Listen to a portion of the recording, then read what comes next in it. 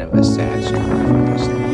He can barely keep breathing. So he just turns and aims to go back with this one. He is one of the elite ducks, and now he is being torn away by the sight of the bigger gooses, or Canadian geese.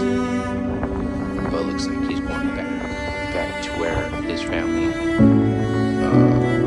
that's right over there. And now he wants to catch up with